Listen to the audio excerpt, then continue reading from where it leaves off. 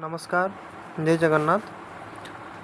तो इस वीडियो में हम बात करेंगे कि आप लोगों का गद्य विभाग में जो कहानी सेक्शन है उसको आप लोग कैसे पढ़ के पूरी तरह से आप उसमें माहिर हो सकते हैं। एक तरह से बोल सकते हैं कि क्योंकि आप लोगों के जो भी 5 सेक्शन गद्य विभाग में हैं उनमें से सबसे महत्वपूर्ण कहानी का है, क्योंकि सबसे ज़्यादा पाठ्य जो दिया गया है, पाठ्य वस्तु या फिर पाठ्य दिया गया है उसमें सबसे ज़्यादा संख्या कहानी का ही है। तो कहानी पढ़ने के लिए मैंने ये पांचों जो आप बोल सकते हैं पॉइंट्स को मैंने खुद इस्तेमाल करके उसमें सफलता प्राप्त की है। तो मैं ये 5 आप लोग कैसे आप लोग यूज़ कर सकते हैं अपने पढ़ने के लिए, मैं आज आपको बताऊंगा। तो आगे बढ़ते हैं। कहानी पढ़ने के समय सबसे इम्पोर्टेंट होता है उसका जो प्रकाशन वर्ष कभी कभी एग्ज़ाम में आता है, कभी कभी नहीं आता, लेकिन जैसे जैसे आप लोगों के हिंदी सब्जेक्ट में कंपटीशन बढ़ेगा, क्योंकि और 3-4 साल में इसमें कंपटीशन काफ़ी ज़्यादा हो जाएगा। तो इसमें आप लोगों के लिए क्वेश्चन का जो नेक्स्ट वो कठिन पैटर्न लाएंगे, कठिनता लाएंगे क्वेश्चन में, वो मेरे हिसाब से प्रकाशन वर्ष और पत्रिका में ही वो लाएंगे।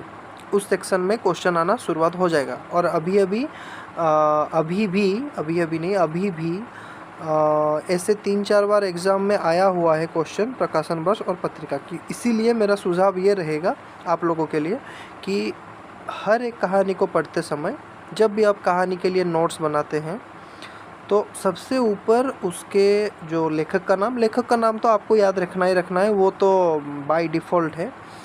उसके बाद उसका प्रकाशन वर्ष, किसी का प्रकाशन वर्ष आपको एक्यूरेट मिलेगा, पूरा एग्जैक्ट मिलेगा, किसी का नहीं मिलेगा, तो इसमें दिक्कत वाली बात नहीं है।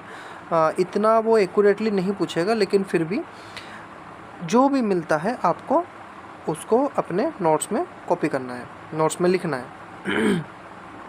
इसके अलावा मैं भी पढ़ाते टाइम पहले प्रकाशन वर्ष और पत्रिका से ही शुरुआत करूँगा। तो ये होगा पत्रिका का, पत्रिका में जो प्रकाशन हुआ था और प्रकाशन वर्ष का ये हो गया। उसके बाद आपका पात्र और किरदार में आप लोग देख सकते हैं कि कितने किरदार और पात्र वहाँ पे उस कहानी में है। अगर पात्र और किरदार को आप लोग याद रख लेंगे तो आपको काफ़ी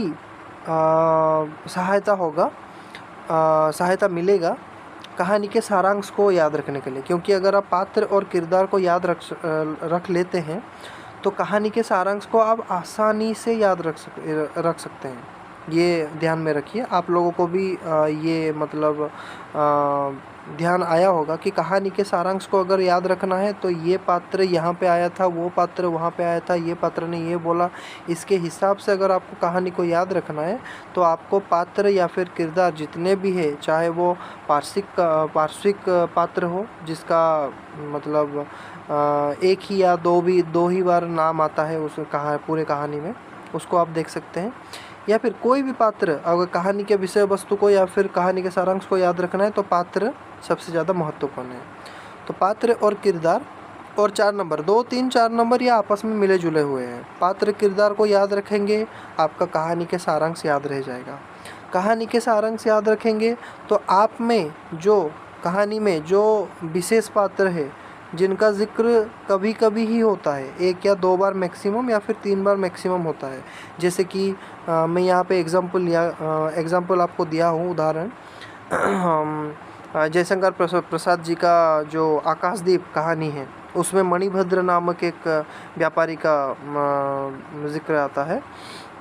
वहाँ पे आप लोगों को उस मणिभद्र नाम को बहुत अच्छे से याद रखना है, क्योंकि उसको मणिभद्र ने ही चंपा को एक तरह से विवश कर दिया था उसके साथ रहने के लिए, वासना के विवश में आकर। तो अगर आप किरदार को याद रख रहे हैं, कहानी का सारांश आपसे अच्छे से याद रह जाएगा। उसके बाद उसके हिसाब से आपको विशेष पात्र, यहाँ पे ये पात्र आया हुआ था, इसका जिक्र बाद में नहीं है, ये आप अपने आप पढ़ते समय ही आपको याद आ जाएगा। सिर्फ इसको ध्यान में रखना है कि ये पॉइंट्स को आपको टच करना है। उसके बाद कहानी का प्रारंभ और शेष, ये सबसे ज़्यादा महत्वपूर्ण है, क्योंकि ज़्यादातर आपके कहानी सेक्शन से जो भी क्वेश्चंस आते हैं, कौन से वाले क्वेश्चन, जो ये उक्ति किसने कहा था, वो उक्ति किसने कहा था, वो पहले के 2-3 पैराग्राफ या फिर लास्ट के 2-3 पैराग्राफ में से ही आते हैं।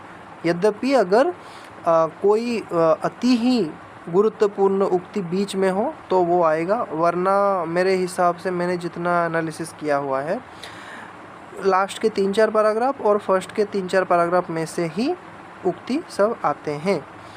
ये किसने कहा था, ये किसको कहा था, कहानी में खास करके। नाटक में वो अप्लाई नहीं होता है, नाटक और निबंध में वो अप्लाई नहीं होता है, सिर्फ कहानी के लिए मैं बता रहा हूँ। उपन्यास, नाटक और जो निबंध के लिए वो अप्लाई नहीं होता है, तो ये ध्यान में रखिए। और आप लोगों का क्लासेस इसके बाद से इसी वीडियो से आप बोल सकते हैं कि शुरुआत हो गया। कहानी पढ़ने के शैली अगर आप जान लेंगे तो इसके बाद मैं जो कहानी आपको पढ़ाने वाला हूँ उसको आपको पढ़ने के लिए ज़्यादा मतलब सुविधा होगा। तो बस यही था। मिलते हैं नेक्स्ट वीडियो में। शायद नेक्स्ट वीडियो में मैं प्रेमचंद जी का पूस की रात या फिर कफन, इनमें से कोई भी एक पढ़ाऊँगा। ये मैं आपको बता दूँगा कौन सा मैं पढ़ा रहा हूँ। तो बस यही था। अच्छे से पढ़िए, तैयार होते रहिए एग्ज़ाम के लिए। एग्ज़ाम सबसे अच्छा होगा, ये डाउट मन में मत डालिए कि एग्ज़ाम कैसा होगा। आप तैयारी करते रहिए, एग्ज़ाम सबसे बेस्ट होगा। धन्यवाद। जय जगन्नाथ।